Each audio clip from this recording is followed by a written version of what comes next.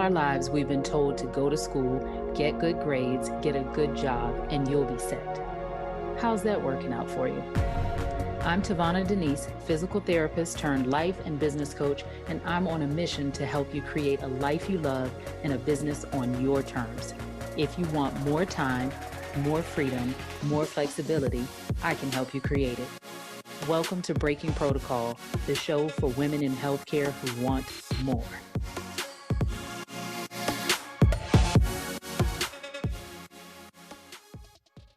I thought I'd better hop in here and give you a little bit of context to the conversation you're about to hear on the podcast today, because it is totally different than the other interviews that I've done here. And I can't wait to hear what you think about it, because you actually are getting to hear a fairly candid conversation between a fellow business coach, life coach, and friend of mine, Sachiko Cohen, who runs the Therapist to Coach Facebook group. And she has a podcast with the same name. And we had, I don't know how we met each other, but we had such a deep, rich conversation. The first time we met, we said, we have to do this again. And we have to do this on a podcast. And since both of us have podcasts, we were like, wait, who's interviewing who? So we just decided to make it a podcast and make it available to all of our listeners. And so I'm not necessarily leading, she's not necessarily leading, but think about yourself as being able to be a fly on the wall as you hear two business coaches talk about challenges their clients have when it comes to not only starting, but thriving in their coaching business. So Sachiko comes from a psychotherapy background and I from a physical therapy background. And so it's really interesting to notice how similar our businesses are and how similar the challenges are that our clients face. So I apologize. It's a little bit longer than normal, but I think you will enjoy it. So take a listen. Oh my goodness. This is too funny to me, Sachiko, because we were just giggling and laughing and trying to figure out, wait, how do we do this thing? Where do we start? What do we talk about? And this is a unique way of doing a podcast episode for both of us, because we decided, hey, we'll just share the love. I'll put it on my podcast, you'll put it on yours. And then it was like, wait. So logistically, how does this work? That's so funny. I'm super excited and I'm excited about our conversation. But yeah, like, are we going to introduce ourselves? And I think this is important to leave in, because I hope that all of our listeners see us out front and center. Maybe we seem polished, maybe we don't, but it's like we're building the plane while we fly it. We are figuring this thing out as we go. And it's just like, I love it. Yeah. And then like we can enjoy that ride, even though we're building as we fly, right? And then also noticing our brain goes to like, wait. What's the right way? What should we do? Like it always like comes in and then like, wait a minute, let's just have fun. Let's enjoy the conversation, the company. Mm-hmm. And yeah. Exactly. Which I think is the most fun way to build a business anyway.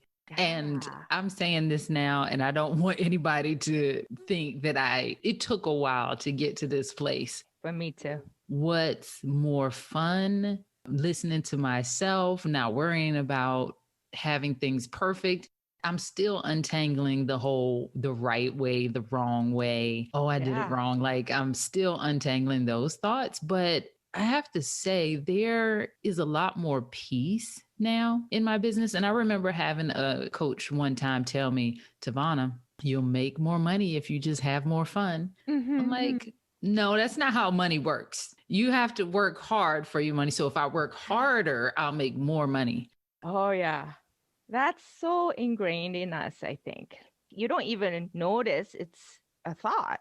It's a fact, right? Like, oh, yeah. In the reality, like we have to work to make money. So we have to work harder to make more money, right? That's just math in our head. But then like, when you experience the joy, I felt this yesterday. I had a consult.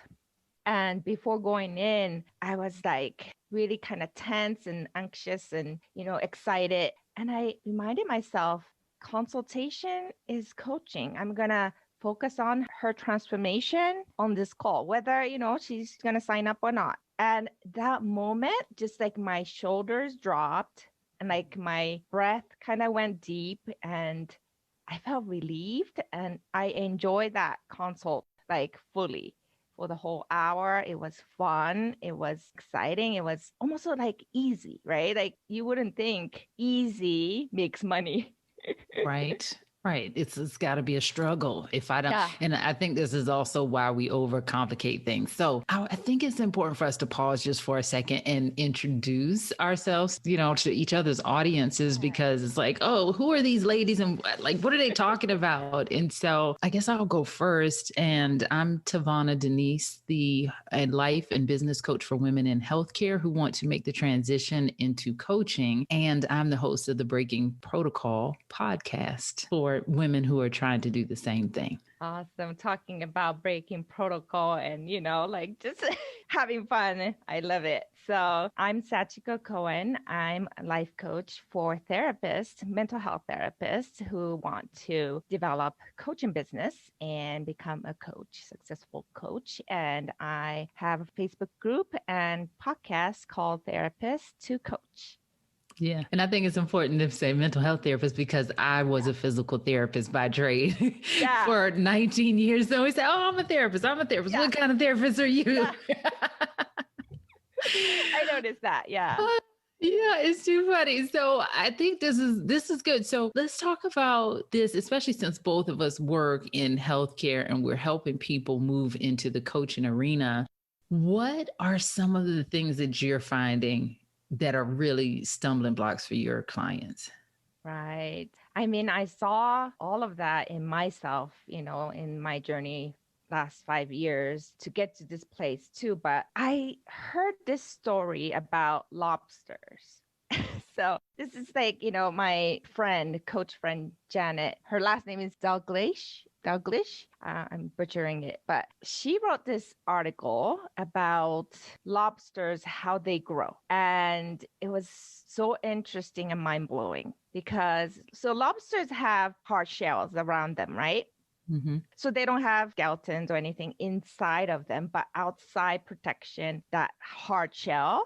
But how they grow is their inside grow against the shell, right? Because it becomes full. Mm-hmm. And for a while, they're in this uncomfortable stuckness. Like, they're like stuck in there, feeling uncomfortable. And then the shell breaks or cracks open or something and it sheds that shell. It's called molting. That's the term. And then the shell falls out from the body and they're vulnerable. They're raw. They're soft and they're like exposed. Exposed. Yeah. And then that shell kind of like forms around them and create a bigger container, bigger self, right? Mm-hmm. Around them. And that's how they just keep growing. And I feel like that's exactly what we go through, especially with this transition. You talked about 13-year itch or something like that, right? Like, yeah, right. We grew like almost out of our profession as a, medical professional or therapist or whatever. And feeling that stuckness in there, like what's next? Or feeling too comfortable, and yet there's a nagging feeling of there's something more out there. Or I thought I would be having much different life than still like trying to pay off my student loans and worrying about retirement and all that after all these education, after all these years of hard work. Mm-hmm. And then when you really let that uncomfortableness kind of like you surrender, but also your willingness to grow more kind of crack you open and really make you feel vulnerable and like, oh my gosh, it's like, oh shoot, now what? I'm raw. Like, I don't know. Feels like your newborn baby. Mm-hmm. In this new world of coaching. But what we forget often is we have who we are already inside and nothing goes to waste. Nothing goes to step one. You are growing further. But it feels so vulnerable and uncomfortable. Feels like we are starting all over. Mm-hmm. I don't know if you resonate Oh, with yeah. this. Oh, yeah. Well, I think you're talking about it because it keeps happening, right? The Yeah. lobster keeps growing. So it's not like, oh, the first shell cracked open and I'm vulnerable and exposed and raw for one time. No, you keep growing and it keeps Yes. happening. And I think part of us wants to hurry up and get there to the goal, whatever, wherever the goal is, so that we can stop being uncomfortable. We can just coast. Ah, And you can for a little while, but then you fill up the shell yeah. again, if we're going to stick with that metaphor, and then it becomes uncomfortable. And I think Yeah. that may be part of the reason why so many practitioners are getting burned out and they're Right. searching and seeking for something more new and different. And then the brain comes and is like, oh, you're going to let this go? But what about the debt? And what about the title? And what about this? And what about that? What if you be out on the streets if you do this new thing? And what if people will laugh at you because it's not as prestigious? Coaching is just like, what's coaching? And so I think I have experienced what you're talking about. And I am experiencing it right now. And I love the lobster, the metaphor, because I know for me, the one leap was from being a physical therapist to being a full-time coach. And COVID made that like, okay, well, if you're not going to do it on your own accord, I'm just going to make you do it. But then after that, like once I took the leap, maybe I was pushed off the cliff. I was like, look, mom, I'm flying kind of thing. And I think I bust the shell open wide, fast and hard, and it freaked me out.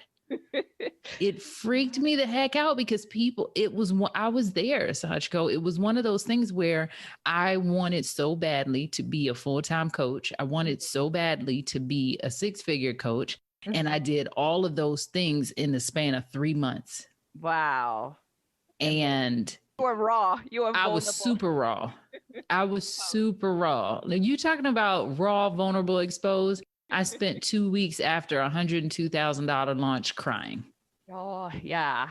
And I think that is a foreign concept. It's hard to imagine, like, well, we think success happens almost like in a linear way and smoothly, like what you said earlier, too. Like, if we work harder, then we get there. But, like, don't realize there's that rawness, emotional struggle in every step of the way, like every shedding, every growth. Yeah.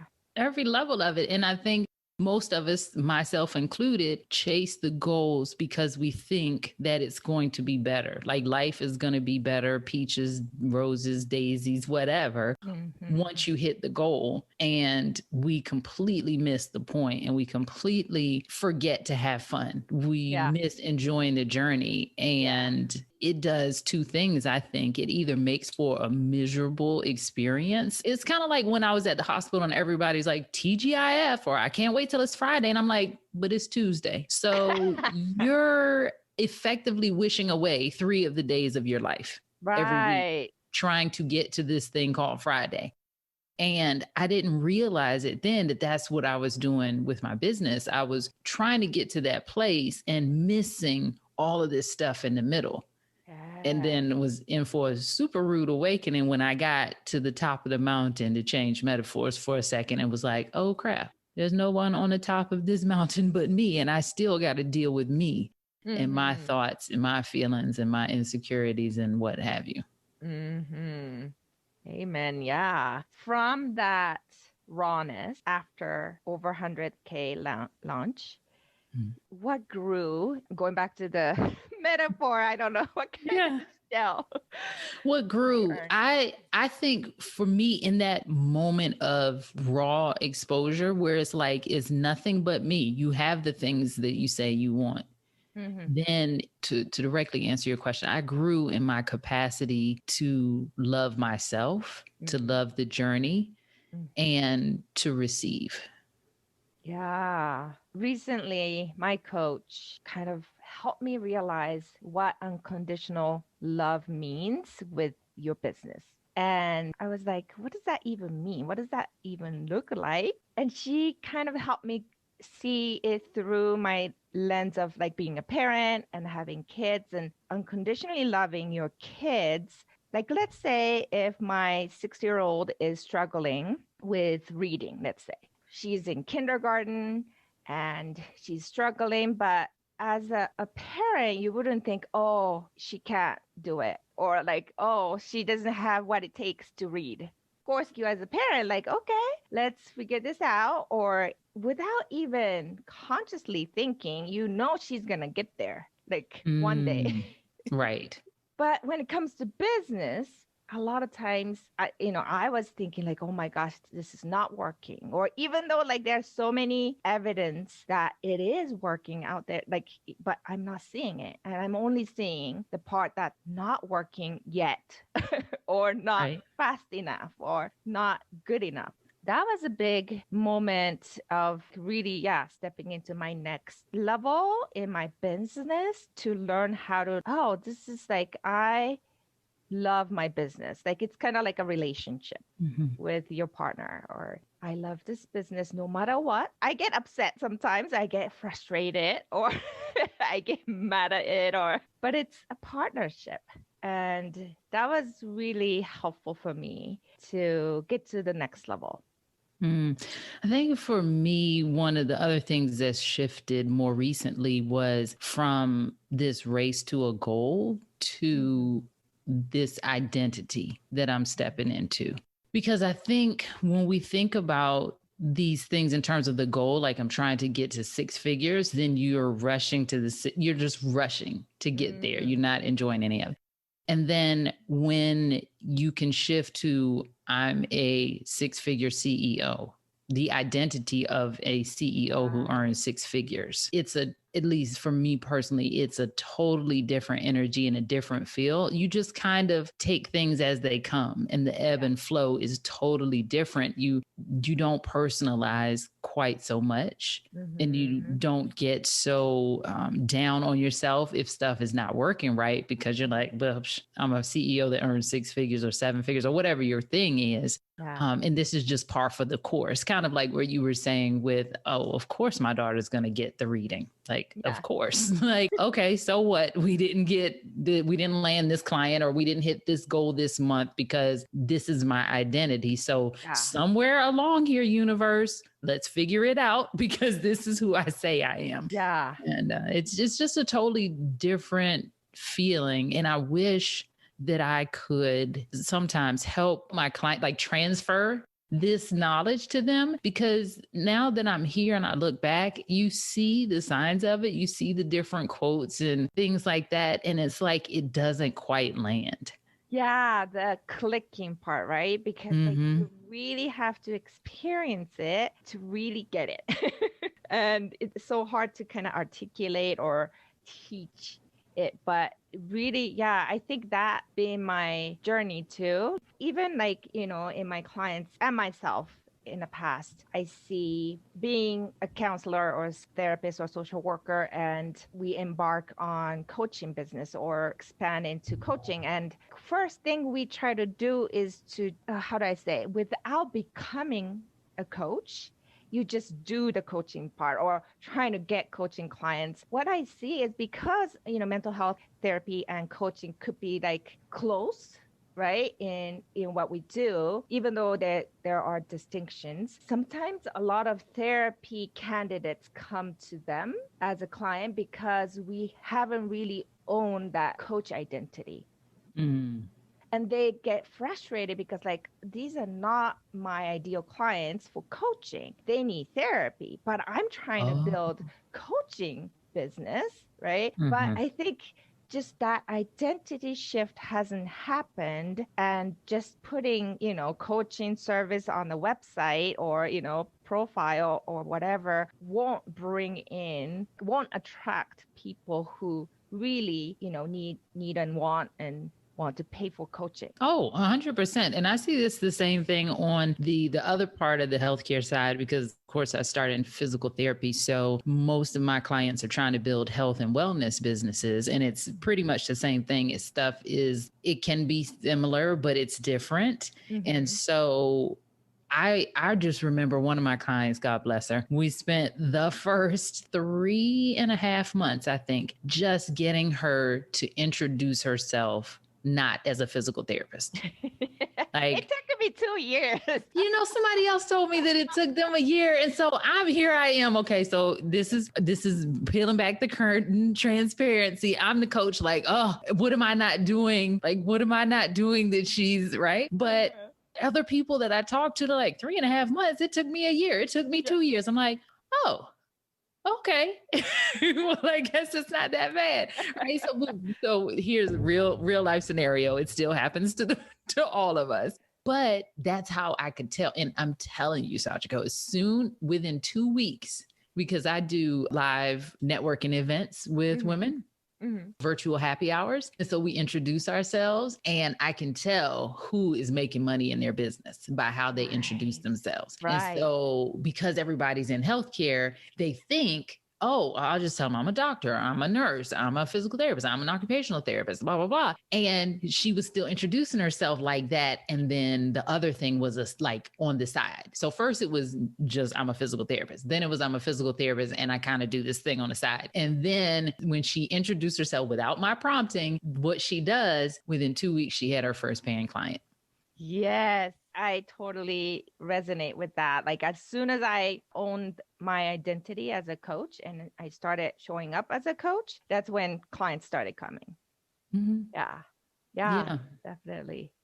Yeah, identity is everything. It's huge. So let's talk about this. Since we're talking about like things being kind of close and paralleling sort of what we did or do in our lives as healthcare professionals, how do you help your clients navigate or think through the whole legality and the licensure and this crossing state lines and blah, blah, blah, blah, blah? Yeah, there's so many levels to that. But fundamental thing is really I help my clients rediscover own their knowing. Because as a therapist, we're in fear all the time. Like, am I getting in trouble, or did I do something wrong? And am I going to get sued, or am I going to lose my license? All that, right? I think, you're familiar with that too. Oh, yes. Yeah. And we tend to outsource the answer. Like, so where is the line? Please tell me, where is the line? What's the difference? And how do I do? And what I found myself, how it was very helpful to me was really, of course, I did all the research and everything. I talked to the lawyers and associations in the state and stuff to just did the due diligence to learn the ethical and legal lines and stuff like that. But what came down to was really me owning and taking full responsibility of where the line is, and deciding it. Mm-hmm. This is the line for me and my business. And that line can move too. Not just like absolute, like one-time thing. There's an answer out there that you can just discover. But here's the line. And then I can move it, a little bit to the left or to the right throughout my career. So that's been helping my clients as well. Awesome. Yeah. I just send them to my attorney. Read your practice act and talk to the attorney, because I love Tamora because she explains things in such a simple manner that they can get it wrapped around in their head and just move on. Because what I find is that nagging fear is one is draining a lot of energy, and two is wasting a lot of time. Mm-hmm. And it is really just like confusion. It is one of those things that keep us from moving forward. So if we're so busy over here petrified, biting our nails in the corner that something's going to happen, we're going to get sued or whatever, then we never have to get out there and try to get clients, because we're saying, oh, well, I don't know. I still don't know if it's safe, if I can do it with my license and what have you. Yeah. Meanwhile, it is really fascinating to me, and how I got into this space of helping women in healthcare shift into coaching was that I was seeing so many, I call them the Instagram famous folks, where they have no credentials, none of the education, none of the experience, other than maybe they lost weight or they worked out in the gym and got buff or whatever. And here they are. I'm just going to assume that they're killing it on Instagram and in their business, but these wonderful people who are feeling trapped in healthcare, wanting to serve in a bigger way, having the additional experience of wellness and health and whatever in their own lives, they're feeling very handcuffed. And to your point, it's almost like, well, they handcuffed themselves. Yeah. Yeah. And even after maybe talking to lawyers or learning line by line on the regulations, I think we're so conditioned to live in that fear and needing to do it right way. We can still be stuck in that place. And I think I experienced that. Like, I felt like, oh, I didn't research enough, or I didn't do everything in the world to learn to feel safe and feel secure. And what I did there was like this exercise of worst case scenario, right? So like, I don't know if you heard of it, right? Like, just imagine worst case scenario, what would happen, right? So my worst case scenario at the beginning was like losing my license. And I got over it. Like, I'm fine if I lose my license, actually, because I got to the place where like, I'm a coach, I'm a successful coach, and I don't even need a license. So if I do lose my license, I'm fine. Right. But that was just the first layer. And I think my coach pushed me even further to think about even worser. I don't know if that's the term.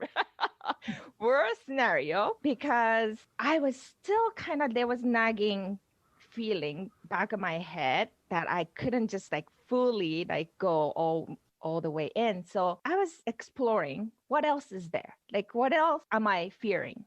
So then my worst case scenario is that somehow I upset people. Maybe I upset the whole like big rig in the industry, and then I get sued, and I someone really hate me so much that people make up stories and I get in trouble and I get, arrested. I go to jail and I lose my kids and I lose my husband. Oh, wow. You really went there. And just by thinking that, I was mortified, right? Just imagine it in my head. Like, of course, you might be laughing at me even thinking that, but I was just mortified and just felt so horrible. Mm-hmm. And then when I embraced that feeling, I was like, you know what? Even if that happens, I'll be fine because I'm going to be the fucking amazing coach in that jail cell. I knew you were going to say that. And I'm going to rehabilitate everybody in that jail. And we're going to all go out.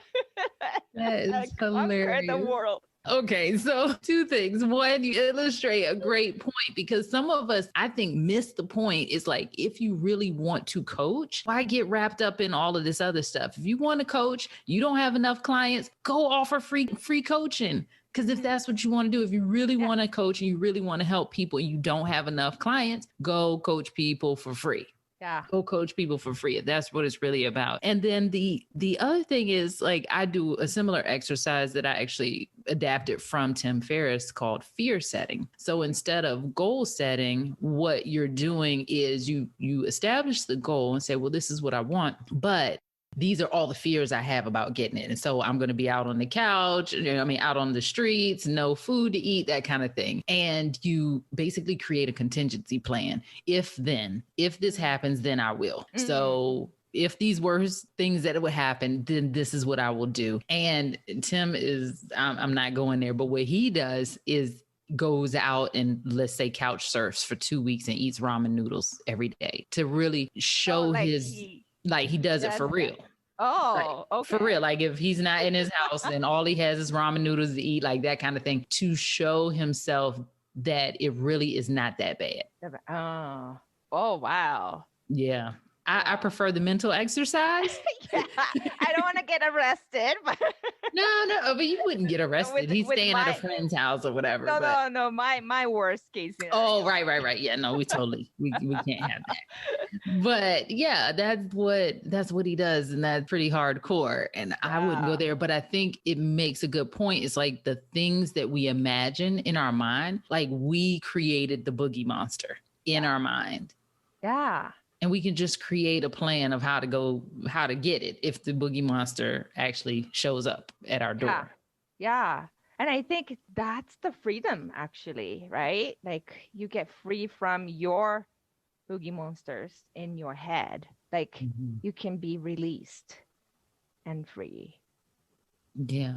So, what do you think about the fear of making mistakes? Because I see that so much. We talked about a little bit before, like the Mm-hmm. right and the wrong. But, Mm-hmm. like, how do you get past, or how did you, if you had it, the fear of making mistakes, and how do you see that with your clients? Yeah, I think when we think mistake, bad, something that takes something away from us versus mistake is something that gives us, that changes the whole thing, because making mistakes and failing is the only way to learn something new. Like I use this bike analogy, learning how to ride a bike. And you can, Google search and YouTube it and how to ride a bicycle and read a book and learn the physics of it or everything or balance and all that, right? Yeah. But you can't ride a bike until you actually ride a bike and fall again and get up. And but every fall though, you're learning. I was just watching my kids actually learn how to ride their bikes last month. And it's just like the more they don't fear falling, the faster actually they learn how to do it better next time. And after what, like one of my kids, after one day, he was riding. Mhm. And my younger kid took a whole weekend, but that was it. She got some scratches. So if we look at it that way, making mistakes and failing are like necessary steps versus something you want to avoid. Like it's not something you should be even avoiding. Yeah, that is really interesting when you think about it, because especially if it's a what we perceive to be a big mistake. Like for Mhm. me, I had a story about investing with a coach many years ago Mhm. that I was like, that was the worst mistake ever. Mhm. And it really kept me from reinvesting in myself and trusting myself and all of those things. And so then when I really looked at it and I decided to go in again, that's when things took off. And then I was able to rewrite the story in my mind Mhm. about that investment. Mhm. And I just wasn't ready for some of it mentally at the time. Some of the strategy was above my head. But the interesting thing is now I use some of that in my current business. So it was never actually lost. Yeah. And maybe at that time it was a good lesson in what not to do. And so I think so many of us, and myself included at one point, are afraid of the mistakes, like almost that, and I could be wrong, but almost like we can't come back from it.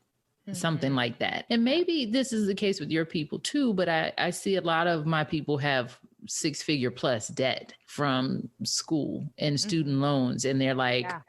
I invested this time, this energy. I'm still in debt from the degree I Right. have. And now I'm thinking about changing to coaching. Is that insane? Like that, it's like that ticker tape is running through their head. That's what they're thinking. What Yeah. about your people?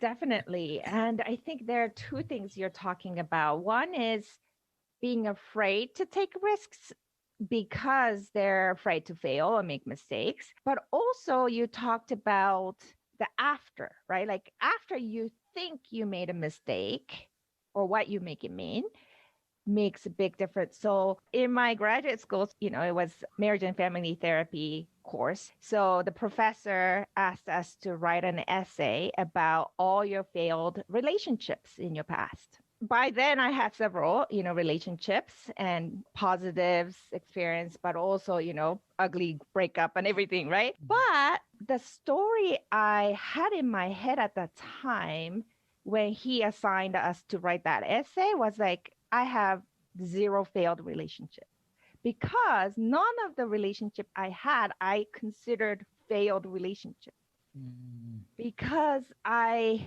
learned how to care for someone. I learned, like I learned about myself too through the relationships, and I grew. I like, yes, at the end we decided not to continue the relationship and be together rest of our lives together. That didn't mean to me that was a failed relationship. Mm-hmm. So even with the career too, I think, like going back to the lobster analogy, it's never you're breaking up with your therapy career and then just switching to next, but it's more like expanding, like you're expanding. And like what you said about your first coaching experience, it's useful many years later. Yeah, how you tell that story can impact you to either you're going to stay in that place of like, oh, maybe that was a mistake, because a lot of us do say that, right? Like, oh, in this field you can't be rich, you can't make money, this is the field of just service and overworking and all that, like kind of feel resigned in that culture, whereas you can break out of that and see the growth, like next step, next level.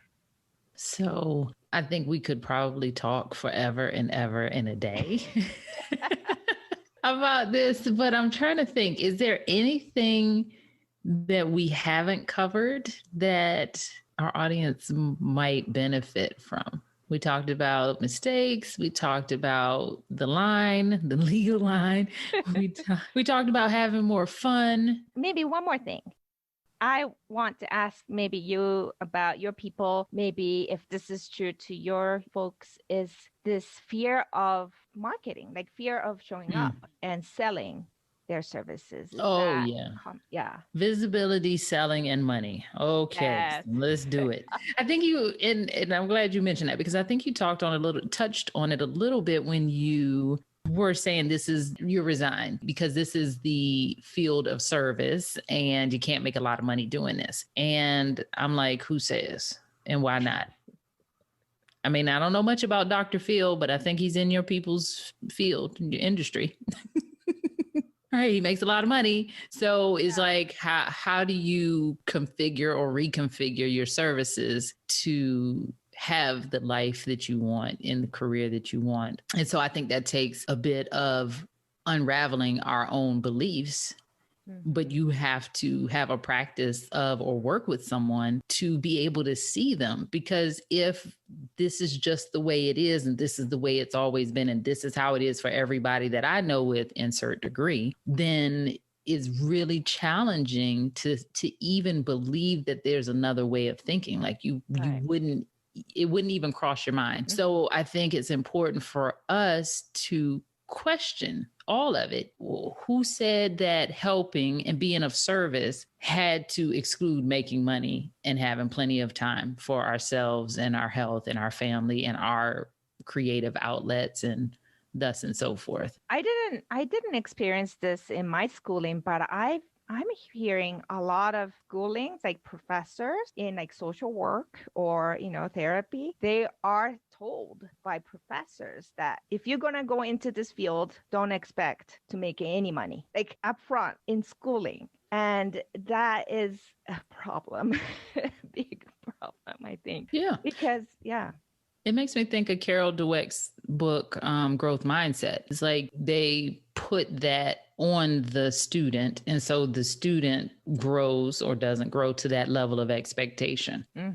Because the bar is so low, the student meets the bar. Yeah. Raise the bar, the student meets that bar. Yeah. So I think that's a tragedy opinion about it. And so then if we think about visibility and sales, okay. So it's a couple of things that I see going on with my clients is the visibility. Like if we've already unraveled a little bit about that when we talk about the line and what's professional and what's not and all of these things. But I think all of this ties together, like fear of making a mistake, fear of not saying the right thing, fear of ticking some people off.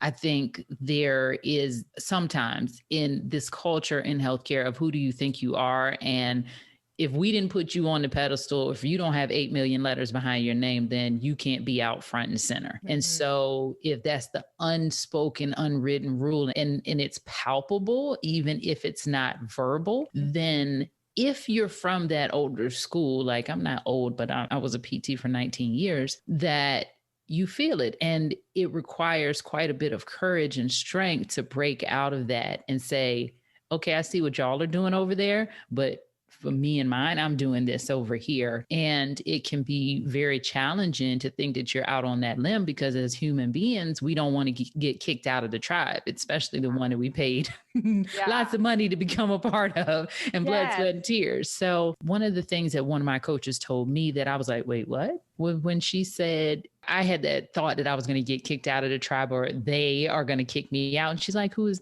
they? Just find a new they. And I was like, huh? Wait, you mean I can do that?